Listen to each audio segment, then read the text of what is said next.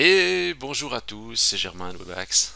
J'espère que vous avez la forme, comme toujours, et on se retrouve pour le tutoriel PrestaShop de la semaine, comme le veut la tradition, comme à notre habitude. Et cette semaine, qu'est-ce qu'on va voir ensemble?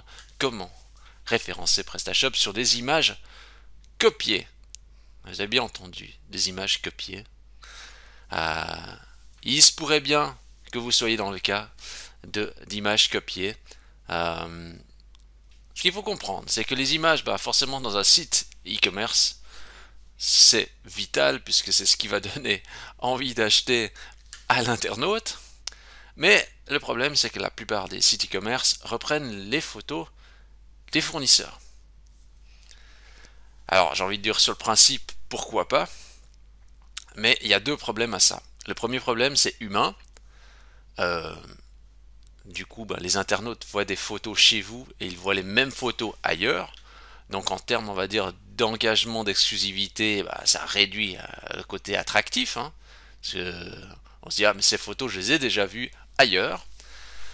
Le deuxième problème, c'est le problème que nous, on va essayer de solutionner surtout, c'est le problème pour Google. Parce que Google, il a déjà vu ces photos ailleurs aussi. Et il va se dire, bon, je compare les sites, c'est les mêmes photos, ok, c'est un énième clone dans le tas, pouf, euh, je le rajoute à ma liste de sites clone, sites avec image clone. Et en fait, euh, il faudrait définir une stratégie idéalement. Alors, le top, c'est bien sûr d'avoir des photos exclusives, mais soyons réalistes. C'est comme si je vous dis, il faudrait faire du sport, je sais pas, une fois par jour, par exemple, ou une heure de marche par jour. Peut-être ça serait l'idéal. Mais il y a les contraintes autour, etc., ce qui font que c'est pas forcément possible. Donc, pour les photos, c'est pareil. Idéalement, il faudrait faire des photos, mais pour des différentes raisons, peut-être pas forcément les faire, vous n'avez pas le temps pour le faire, pas les ressources ou pas les moyens techniques, enfin bref. Donc notre but, c'est d'être quand même authentique au niveau des images, authentique et unique, sans fournir trop d'efforts et sans risque d'être blacklisté par Google pour différentes raisons. Donc, il vous faut tout simplement des images uniques et sans faire de photos. Comment faire? Et d'ailleurs, comment Google fait pour reconnaître une photo? En fait, il analyse la structure des pixels. Vous avez les pixels qui sont répartis sur l'image. Alors, je ne peux pas vous dire exactement on va dire la logique précise qu'il va utiliser en termes d'analyse, mais en gros, voilà, si les pixels sont situés au même endroit, il est capable de détecter une masse de pixels dans une autre image qui est similaire. Voilà, les mêmes positions, même endroit, etc. Voilà. Donc, je pense qu'il découpe ou il fait un hachage de l'image et il arrive à relocaliser. Nous, ce qu'on va faire, c'est qu'on va essayer de modifier la structure de l'image pour qu'il puisse plus la reconnaître.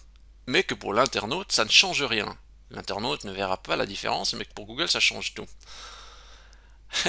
Et vous allez voir, c'est une astuce toute simple, mais qui est vraiment efficace en fait. Donc votre but final, ça sera de devenir unique avec vos images, alors que vous utilisez le catalogue de votre fournisseur, de vos fournisseurs, et tous vos concurrents, eux, ils utiliseront les images standards, et vous aurez un boost, vous serez unique en utilisant les images standards. Vous allez pouvoir sortir de la masse grâce à ça. En tout cas, sur la partie référencement, vous allez être exclusif sur les images. Comment c'est possible? Je vais vous dévoiler le truc à l'instant. Vous êtes prêts à avoir des images uniques? Moi aussi. C'est parti, on y va, go. Alors, ce qu'on va faire, c'est on va aller sur Google. Alors, hop, voilà. Ok. Je vais rechercher sac.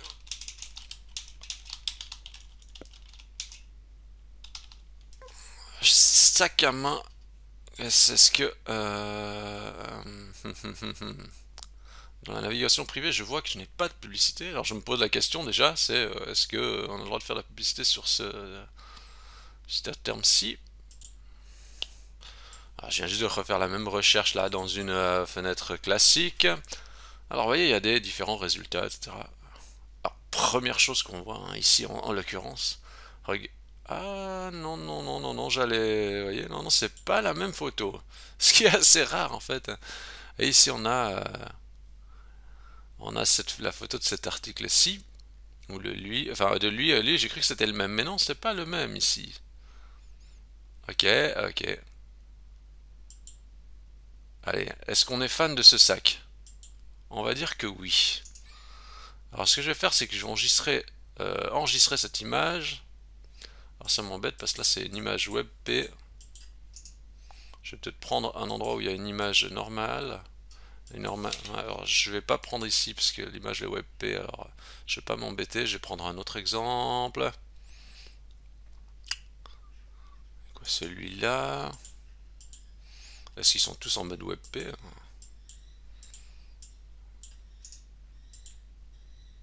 Ah, lui il est en JPEG. Ça me convient bien. Ok, lui. Super sac. Ok. Parfait.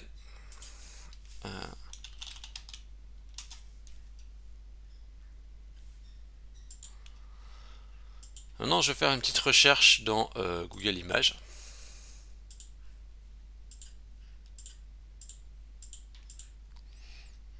Rechercher mon image.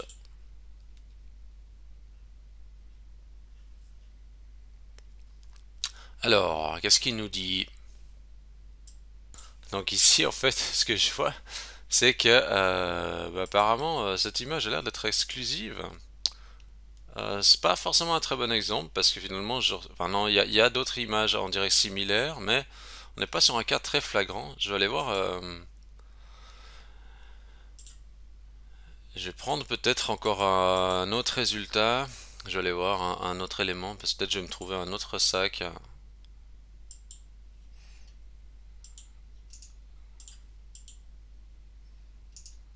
Parce que lui, ouais, je vais essayer de me trouver un JPEG qui peut convenir. Ah, il y a du monde, hein. Lui. Ah, on voit qu'ils sont bien suivis le format WebP. Hein, il y a beaucoup de sites qui ont utilisé ce format. Je regarde. Alors là, je viens de tomber sur Vedia. J'essaie de voir sur Vedia, on sait jamais. Hein, des fois, c'est. Alors, je teste avec lui.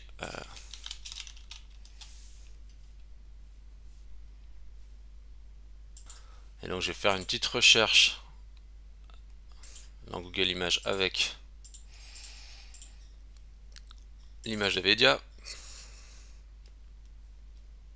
Voilà. Bon, ici, on est sur un bon. Enfin, on est sur un exemple, mais pas forcément ouais, le plus incroyable, parce qu'en fait, on voit qu'il y en a d'autres qui proposent le même article, mais pas tant que ça, en fait. Alors, je sais pas, hier, j'avais pris un autre exemple. Je vais voir si je peux le retrouver. Alors, je reprends, j'ai dû faire une petite interruption. En fait, là, je suis tombé, par exemple, sur un des sacs à main. Par exemple, lui. Donc, j'ai recherché dans Google Images. Lui, en fait, ce qu'on voit, c'est il y a déjà 301 résultats. Donc, il y a 301 sites qui utilisent, en fait, vous voyez,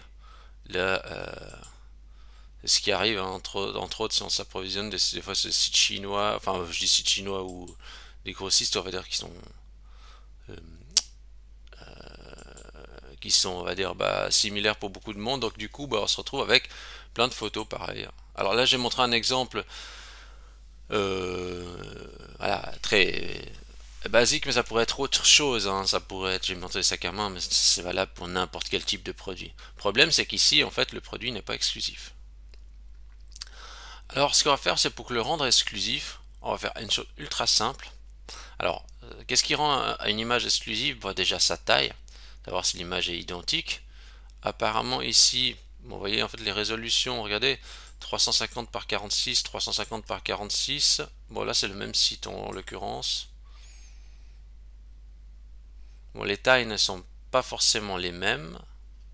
Parfois, oui, je regarde ici. 1027, 1024. Les tailles d'image sont un peu différentes. Comment on va faire comment on va créer la différenciation ici? Eh ben, on va faire simplement une rotation de l'image. Alors, comment on fait une rotation de l'image? Alors, c'est sûr que dans un cas, ça peut causer des problèmes. C'est un cas qui est quand même assez rare sur les photos. Ici, ce qu'on va faire, c'est simplement on va retourner l'image sur l'axe vertical, de manière à ce que Google ne reconnaisse pas. Ça veut dire que la chaîne là sera de l'autre côté, etc. Pour l'internaute, ça ne change rien, c'est le même produit. Il le voit juste inversé. Donc c'est ce qu'on va faire. Et en fait, il y a un outil. On va utiliser un outil pour ça qui s'appelle XNView. On va aller sur le site. Voilà. Donc ça, c'est un logiciel que vous pouvez télécharger. Il permet de faire de la retouche d'image en masse. Et le logiciel est gratuit, vraiment super. Donc je vous invite à le télécharger. Le but de ce qu'on a vu avant, c'est que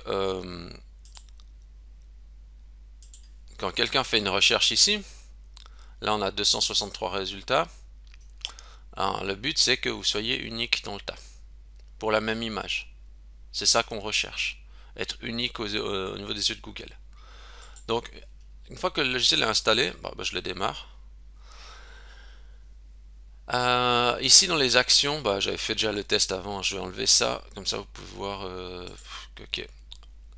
Alors, ici on a la source, donc le fichier qu'on doit traiter, ou un dossier, hein, bien sûr, vous pouvez mettre un dossier ou un fichier. Ici c'est l'action, donc qu'est-ce qu'on va faire avec la partie image. Donc ici on va dire image, il y a plusieurs possibilités, on peut faire plein de choses. Mais entre autres, on va se contenter de faire quelque chose d'assez simple. Dans un premier cas, on va faire... non, c'est pas rotation. Je n'arrivais pas à trouver, je me rappelais plus lequel j'avais utilisé. Mais en fait, c'est miroir. Alors, je prends miroir. Je vais dire vertical. Et je prends ma source de fichier, donc qui est celle-là. Donc, là, j'ai juste une photo à traiter. Hein, mais vous pouvez traiter bien sûr tout un pack d'images. Alors... je sais pas, j'ai toujours un problème entre vertical et horizontal. Pour moi, je me dis, miroir vertical. Pour moi, miroir vertical, ça veut dire qu'il y a le trait comme ça, et donc du coup, il devrait aller dans le sens. Mais apparemment, c'est le horizontal qu'il faut utiliser. Alors, vous voyez la différence. Est-ce que c'est le même produit pour l'internaute? Oui. Je vous montre ça ou je vous montre ça, c'est pareil. Alors, ce qui peut changer, c'est vrai que s'il y a un nom de marque dessus, là, ça peut être plus embêtant. C'est écrit Adidas ou quelque chose comme ça, alors là, ça va être un peu plus compliqué pour lire. Mais en principe, ouais, ça peut être causé problème. Ouais, c'est un nom de marque écrit dessus.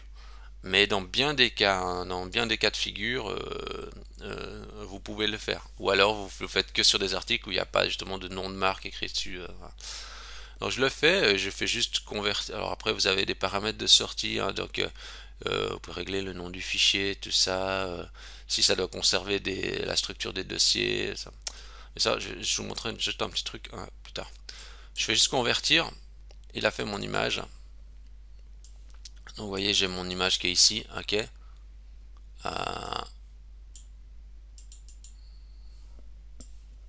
Ça c'est avant. Non, ça c'est... il est où? Ah non, mais il est dans mon dossier. Donc ça c'est ma nouvelle image. Ma nouvelle image convertie. Alors, je vais maintenant la prendre et puis je vais la mettre, je vais la rechercher dans Google.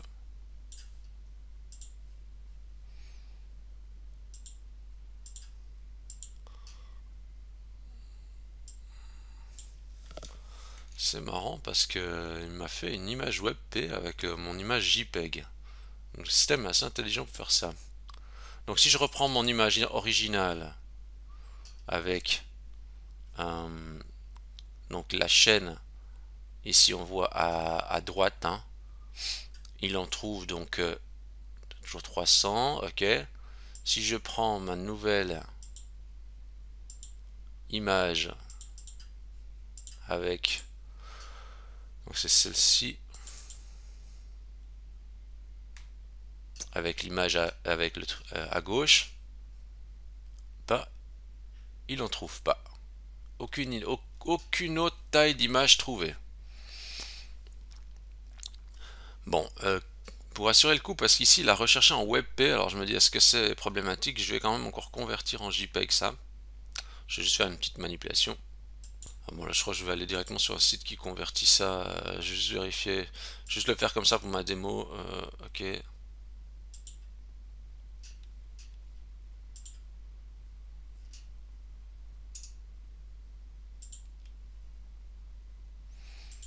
Je vais juste m'assurer en fait que donc il trouve pas cette image.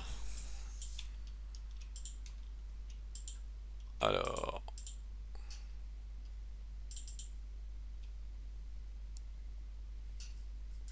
ouais, il trouve pas. Et donc vous voyez, vous êtes passé en fait de 300 concurrents à 0 concurrent sur la partie image, parce que votre image est exclusive. Donc en fait c'est une astuce quand même assez simple, quoi. Vous avez un XNConvert, vous balancez dedans vos images, vous les convertissez, vous faites l'effet miroir, et après vous êtes unique au niveau des images sans faire de photos. Et je pense que la plupart de vos concurrents ne penseront pas à faire ça. Et vous serez le seul à penser à faire ça, et donc vous serez unique en ne travaillant pas forcément plus. Maintenant vous allez me dire ouais mais moi j'ai déjà tout travaillé, j'ai déjà tout fait ce qu'il fallait, on peut pas revenir en arrière.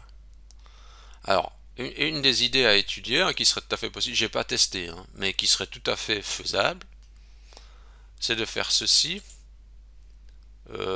C'est d'aller dans le dossier de PrestaShop. Alors, vous avez le dossier image, donc IMGP, qui est une image produit. Et vous pourriez dire, je vais le prendre, hein, sur le bureau, hein. Mais là, j'ai vraiment pas testé, donc vous voyez, en fait, on a tous ces, en fait, il faudrait faire une application sur les dossiers de 1 à 9 qu'on a ici. Et en fait, je ferai ça. De nouveau, là, je dis, hein, j'ai pas fait le test, là, il faudra approfondir, hein, de votre côté, hein, si vous le faites. En gros, on dirait ajouter dossier. P. Ouais, j'arrive à prendre tout ça. Ouais, je suis obligé de prendre un. Ouais, je pourrais même pas m'embêter, me dire, bon, moi, je prends tout le dossier P. Boum. L'action, bah, mouvement horizontal. Donc là, on voit le problème, en l'occurrence, hein, de faire ce genre de manipulation sur des textes, hein. Si je regarde lui, est-ce qu'il me montre un truc? Il me montre pas. Ouais, les carnets aussi, ça peut être des fois problématique, parce que après il peut avoir le carnet, j'avais pas pensé, vous voyez. Après il y a le cercle métallique, le guide en métallique, il est ensuite à droite. On pourrait croire que le livre s'ouvre depuis là à droite. Ah, mais pour un coussin, par exemple, ça cause pas de problème. Alors voilà, il y a une question à se poser. Ben, je vais faire comme ça. Et après, je dis, ok, conserver la structure des dossiers, je peux mettre ça. Ah bah oui, là aussi, non, conserver l'extension. Conserver l'extension. Voilà. Il faudra faire quelques tests pour s'assurer que c'est bien similaire. Nom du fichier, bon, on laisse le même nom de fichier. Boum. Ok, ouais, je fais comme ça, je fais convertir, hop. Vous voyez, ça fait tout le travail de conversion. Boum, il a fini. Il a mis quoi dans convert? Ah ouais, il a mis là-dedans. Et vous voyez, il a tout fait le travail. Et donc, si je regarde là-dedans, la nouvelle image c'est ça. Si je prends la 9, alors qu'initialement c'était quoi? Il était dans l'autre sens. Voilà. Alors pour vous, dans votre tête, vous montrez ça et ça, vous allez dire mais c'est pareil. Ben, en fait pour Google c'est pas pareil, quoi. On l'a vu tout à l'heure. C'est pas la même chose. Voilà. Et en fait, ce qu'il faudrait après faire, bah justement, il faudrait prendre l'élément convert là, prendre ces dossiers, boum, les mettre et les remplacer sur votre FTP. Voilà. Là, j'ai vulgarisé, mais j'ai pas contrôlé si les tailles étaient, il avait bien fait les miniatures pour tout. Ouais, vous voyez, il a l'air d'avoir fait les différentes miniatures et tout. Ça a l'air bien fonctionner. Mais à nouveau, j'ai pas fait le test sur. Ah bah attendez, j'ai pas fait le test, mais il me reste un petit peu de temps là. Allez, je vais juste le faire pour le fun. On improvise, on improvise. Je vais prendre ces dossiers-là, donc de 1 à 9, et je vais les mettre dans mon... Il est où mon dossier original? Voilà, alors... ok, alors, je vais juste organiser un peu mes fenêtres. Donc ici, je vais déjà ouvrir. Ça, je laisse la fenêtre telle qu'elle était avant. Hein. Ici, ok, boum. Je vais rouvrir une nouvelle fenêtre. Voilà. Donc je vais prendre... Je prends tous les dossiers qui étaient sur le FTP. Alors, on ne fait pas n'importe quoi quand on fait ça sur les images. On s'organise. Je vais créer un dossier qui s'appelle ArchHold. Je vais mettre toutes mes anciennes images là-dedans. Hop là, je prends tout ça. Boum, j'archive. Hop là, voilà. Parce qu'au cas où il y a besoin de revenir en arrière, ça, on peut toujours revenir en arrière. Et je reprends mes nouveaux dossiers. Hop, là, que je déplace ici. Voilà. J'ai pas pris les images reverse là des textes parce que voilà, sinon ça peut causer problème. Bah, je veux pas que le texte soit reverse hein, sur les images par défaut. Hein. Je rechange ma page. Alors je vais juste appuyer sur la touche F12 de mon clavier.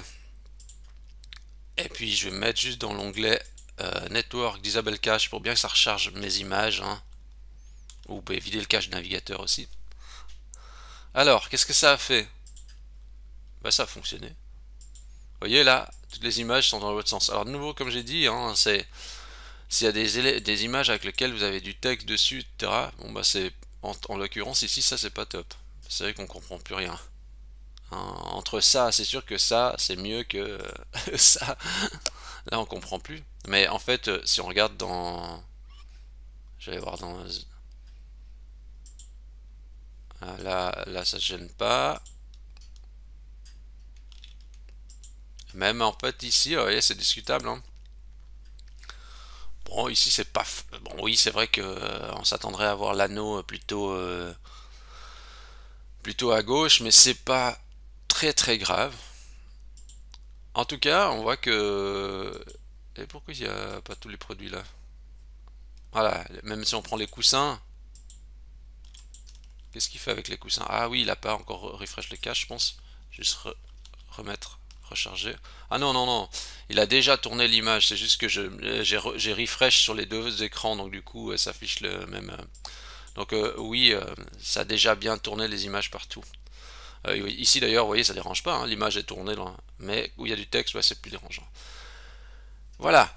Écoutez, moi je crois que j'ai tout dit, hein, ce qu'il y avait à savoir sur ces images copiées, de comment être unique. J'ai bien aimé cette technique parce que finalement c'est une technique assez simple, accessible à tous, qui vous évitera beaucoup de travail et permettra d'être unique. Et en fait, le truc c'est que beaucoup de vos concurrents n'ont pas pensé à utiliser cette stratégie, quoi. Donc profitez.